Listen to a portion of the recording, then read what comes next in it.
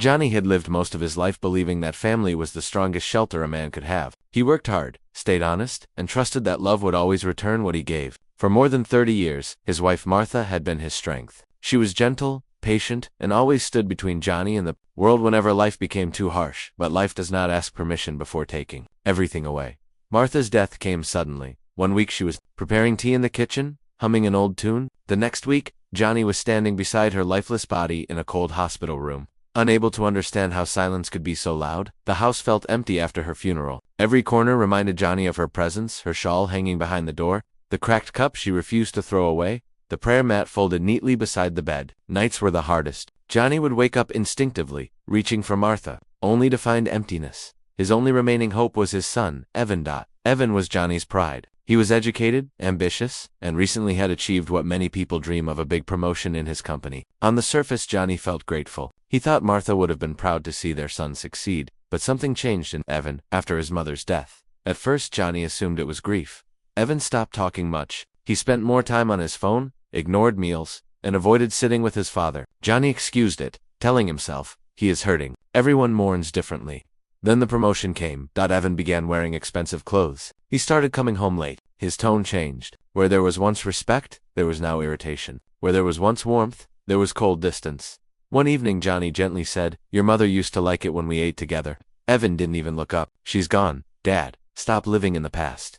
The words pierced Johnny's heart, but he stayed quiet. Days passed, and the disrespect grew. Evan began ordering Johny around. "Don't touch my files. Why are you sitting here? Can you keep quiet? I'm on a call." Johny felt invisible in his own home. The worst moment came one night when Johny accidentally broke a glass while washing dishes. Evan stormed into the kitchen, angry. "Do you know how expensive this house is now?" Evan shouted, "You keep making messes. You don't even contribute anymore." Johny stood frozen, his hands trembling. "I'm your father," he said softly. Evan laughed coldly. "That doesn't mean anything now."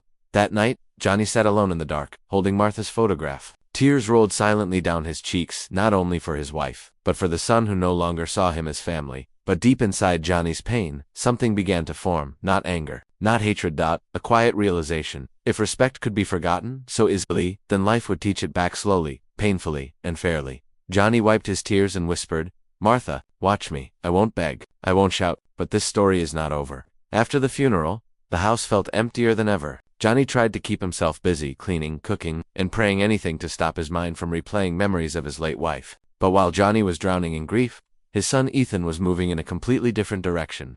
Within a few months of his mother's death, Ethan received a big promotion at his company. He became the youngest manager in his department. People praised him, congratulated him, and suddenly his phone never stopped ringing. Money began to flow in, and with it came pride. At first, Johny was happy for his son. He cooked Ethan's favorite food that night and waited eagerly to share the news with neighbors. But when Ethan came home late, he barely acknowledged his father. "I'm tired," Ethan said coldly. "I had meetings all day." Johny smiled softly. "I made dinner for you." Ethan glanced at the table and frowned. "I already ate outside. Don't wait for me next time." That night, Johny ate alone. Days passed, and Ethan's behavior changed completely. He bought expensive clothes, a new phone, and even talked about moving to a better area. But whenever Johny tried to speak, Ethan acted irritated. "You don't understand the modern world," Ethan snapped once. "You're old. Stop interfering in my life." Those words cut Johny deeper than any knife. Johny remembered the nights he stayed awake when Ethan had fever, the years he worked overtime to pay for Ethan's education, the sacrifices he and his wife made quietly. But now, none of that seemed to matter. One evening, Johny accidentally overheard Ethan talking to a colleague on the phone. "I live with my father for now." Ethan laughed. "He's just there. After my mother died, he's become a burden." Johny stood frozen outside the room. His hands trembled. His heart broke silently. From that day onward, Ethan began treating Johny like a stranger in his own home. He stopped asking if Johny had eaten. He complained about expenses. He even locked his room, something he had never done before. When Johny gently reminded him, "This is your mother's house too," Ethan replied sharply, "My salary pays the bills now. Things will run my way." That sentence changed everything.